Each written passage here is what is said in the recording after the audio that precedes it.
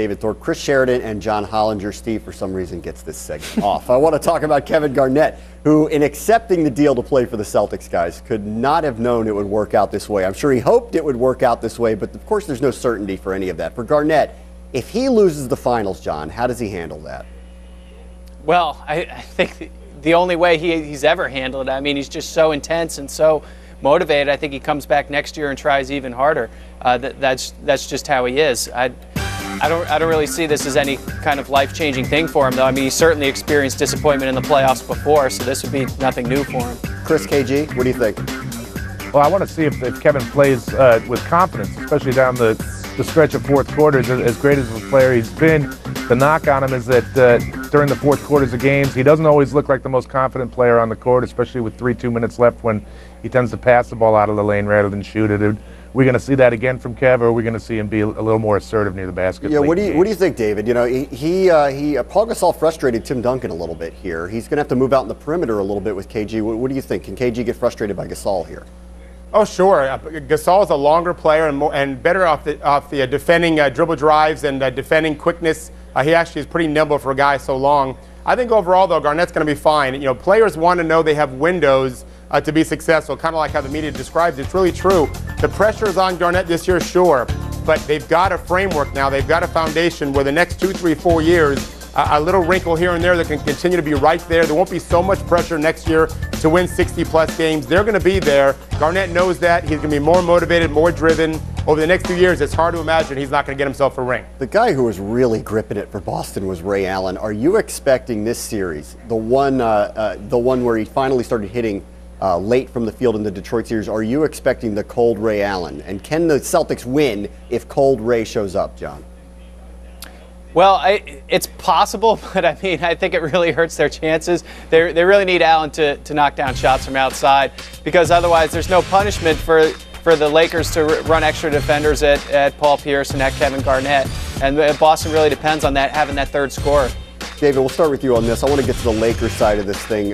When did Kobe actually become the good teammate Kobe? And now it appears his teammates are much more openly willing to defer to him in the fourth when the games are on the line. When did this all change? You know, I don't know if I could give you an exact date, but I know that if you study Michael Jordan's career, when he came back from playing minor league baseball, he came back with a better sense of how difficult it is when you're not one of the best players on the planet or even on the team, and he changed the way he treated everyone, and I think that made a difference in that second Bulls run. I think at some point this summer, and then as the season started this year, then ultimately when they got Gasol, Kobe realized that they do have a great team. We all saw it. He obviously knew about it, and he knew that it couldn't just be about him. And I think that because of that, because of his incredible desire for a ring, it was easier for him to trust those others, and then trust works both ways. Therefore, they could trust him better too. Chris, is this maturity? Maturity here on Kobe Bryant?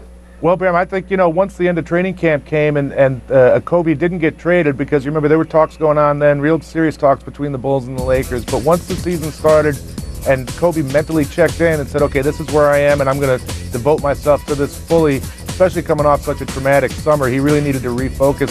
I think that's really when he became good Kobe, when he knew he was going to be sticking around with the Lakers for the entire season. And then, you know, getting Gasol at midseason made all the difference for that team, because it put him over the top, made him a finalist contender, and that's why they're here. All right, let's get you on the record. John, we'll start with you. Quick pick. Who do you like and why? I like the Lakers to win in 6. They've only lost 7 games in regular season and playoffs since they got Pau Gasol. They've just been dominant throughout the second half of the season. I think the Celtics were the league's dominant team through the first 2/3 of the year, and they've lost a little bit of steam since then, as shown by their kind of bumpy playoff ride to this point. So I think you have to go with the Lakers. David, who do you got? Yeah, same. Lakers in 6. I felt that the Lakers were the best team these last few months. I did think the Spurs would have a chance to knock them out. I thought they had a mystique about them. I was dead wrong. The Lakers have the mystique. Boston's been very surprising to me as well, finding a way to win. Obviously in Detroit, extremely impressively on the road. I just think that for them to win in LA, who has not lost in the postseason at home, is a lot less likely than for LA to find a way to win in Boston when they've done so in San Antonio, obviously in Denver, and of course in Salt Lake City. So I think the Lakers have the edge to win in 6. Chris, you the same? Feel the same way? I'm chalk with this. Lakers in 6, just like the other two guys. I think the format helps them. I think they can win 1 in Boston, 2 at home, and then take care of business out in Game 6. I think probably 3 or 4 of the games are going to come down to fourth quarter shootouts between Kobe Bryant and Paul Pierce. And as much as Paul Pierce has impressed me, especially in Game 7 against the Cavs when he had 41 in a shootout one-on-one. I like Kobe Bryant over anybody else in the league 2 times out of 3. Yeah, I like the Lakers too. Bunin, you like the Lakers or Celtics? Just because everyone else is going Lakers, I'll take Celtics. You taking the Celtics? Yeah, Let's see what did America think. Celtics. Bunin's alone on an island. America likes the Lakers as well. Not too much disparity though, 58% to 42%. Boston, of course, weighing in heavily. Thank you very much to the insiders here, David Thorpe, Chris Sheridan, and John Hollinger. We'll see how the finals play out. Thanks. Thank you.